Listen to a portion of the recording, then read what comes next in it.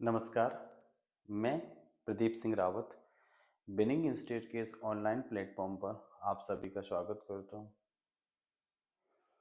आज हम इस सेशन में कुछ महत्वपूर्ण प्रश्नों के बारे में चर्चा करेंगे।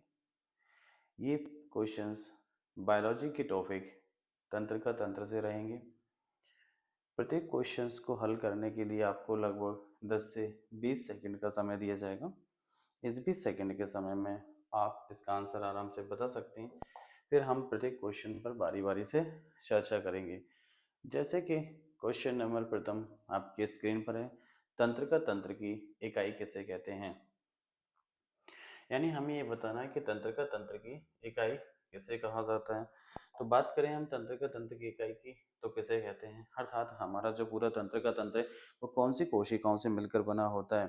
तो वास्तव में हमारा तंत्र जिन कोशिकाओं से मिलकर बना होता है उन कोशिकाओं को हम न्यूरॉन कहते हैं। अर्थात इस क्वेश्चन का आंसर क्या हो जाएगा, तंत्रिका तंत्र की इकाई किसे कहते हैं, न्यूरॉन को। बात करते हैं क्वेश्चन नंबर द्वितीय की, मानव के मस्तिष्क का भारत की जगह हम भाग कर लेंगे, भाग कितना होता है। यानी मानव का जो मस्तिष्क है उसका कितना वजन होता है, कितना भाग होता है। तो हमारे मानव का जो मस्तिष्क होता है उसका वजन लगभग 1.4 किलो अर्थात 1400 ग्राम होता है। दूसरा, मानव शरीर के जो टोटल वजन होता है उसका लगभग 2% के आसपास होता है। तो इसके दोनों ही आंसर सही हैं। दो आंसर भी सही है और तीसरा आंसर भी सही है। तो इसका मतलब ऑप्शन नंबर हमारा फोर्थ सही है। यानी मानव मस्तिष्क का जो वजन होता है वो 1400 ग्राम होता है और मानव शरीर का लगभग 2% होता है। अगर हम बात करें क्वेश्चन नंबर थर्ड की, तो मानव के मस्तिष्क के किस भाग को अनुमस्तिष्क भी कहा जाता है। अनु का मतलब होता है पीछे, मस्तिष्क मतलब भाग होता है, अर्थात हमारे ब्रेन के पीछे वाले यानी बैक वाले हिस्से को बना है। अगर बात करें हम बैक वाले हिस्से की, तो बैक वाला हिस्सा इसमें एक ही होता है जिसे हम कहते हैं सेरिबेलम, अर्थात सेरिबेलम को अनुमस्तिष्क भी कहा जाता है। ये हमारे ब्रेन का पीछे वाला हिस्सा होता है। बात करते हैं क्वेश्चन नंबर थर्ड की, मानव शरीर के किस कोशिकाओं द्वारा सूचनाओं का संचालन किया जाता है।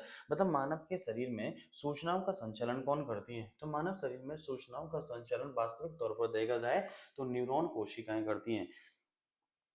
बात करते हैं क्वेश्चन नंबर थर्ड की, मानव के किस भाग से पीड़ा का पता चलता है।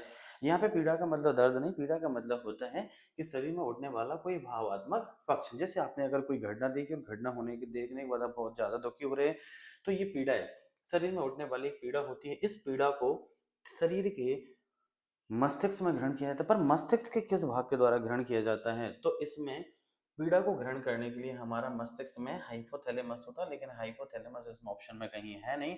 तो इसका सही जो आंसर माना जाएगा वो है इनमें से दिए गए में से कोई नहीं।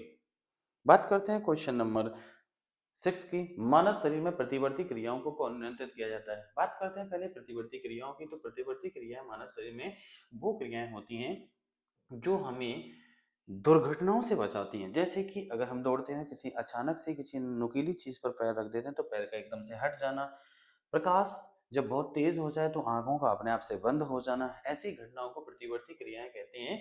और प्रतिवर्ती क्रियाओं को कौन नियंत्रित करता है। पहला ऑप्शन है आपके लिए ब्रेन, दूसरा ऑप्शन है स्पाइनल कॉर्ड, स्पाइनल कॉर्ड को हिंदी में कहते हैं मेरुरज्जु, तीसरा हाइपोथैलेमस, चौथा हृदय हृदय। तो इसका सही आंसर माना जाता है स्पाइनल कॉर्ड। स्पाइनल कॉर्ड यानी कि तंत्रिका तंत्र हमारे शरीर में होने वाली प्रतिवर्ती क्रियाओं को नियंत्रित करती है। बात करते हैं क्वेश्चन नंबर 7 की, मानव शरीर में मेरुरज्जु किस मस्तिष्क के भाग से जुड़ी होती है। मेरुरज्जु का मतलब होता है स्पाइनल कॉर्ड। तो हमें ये आंसर बताना है कि स्पाइनल जो कॉर्ड है वो हमारे ब्रेन के किस हिस्से से जुड़ी होती है। तो वास्तव में मेरुरज्जु हमारे ब्रेन के पीछे वाले हिस्से से जुड़ी होती है, जिसे हम मेडुला ऑब्लांगाता कहते हैं। बात करते हैं क्वेश्चन नंबर 8 की, हमारे शरीर में मस्तिष्क के किस भाग में भूख का केंद्र होता है। तो हमें क्वेश्चन बताना है भूख का केंद्र, अर्थात मेरे शरीर में कि मुझे भूख कब लगती है। वैसे वास्तविक तौर पर देखा जाए तो भूख तब लगती है जब हमारा पेट यानी स्टमक खाली हो जाता है। दूसरा, ब्लड में जब ग्लूकोज की कमी हो जाती है तब भी भूख लगती है। लेकिन इसका ब्रेन का कौन सा हिस्सा इसमें या मस्तिष्क का कौन सा हिस्सा इसमें सक्रिय होता है, तो हम उसे कहते हैं हाइपोथैलेमस।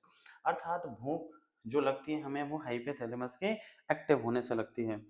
बात करते हैं क्वेश्चन नंबर 9 की, मस्तिष्क में निम्न में कौन सी मस्तिष्क झिल्ली सबसे अंदर होती है। तो आपको ये बताना है कि हमारा जो ब्रेन होता है वो 3 झिल्लियों से बंद रहता है। इन तीनों झिल्लियों को हम एक साथ मिलाकर मेनिन्जीज कहते हैं, मेनिन्जीज कहते हैं।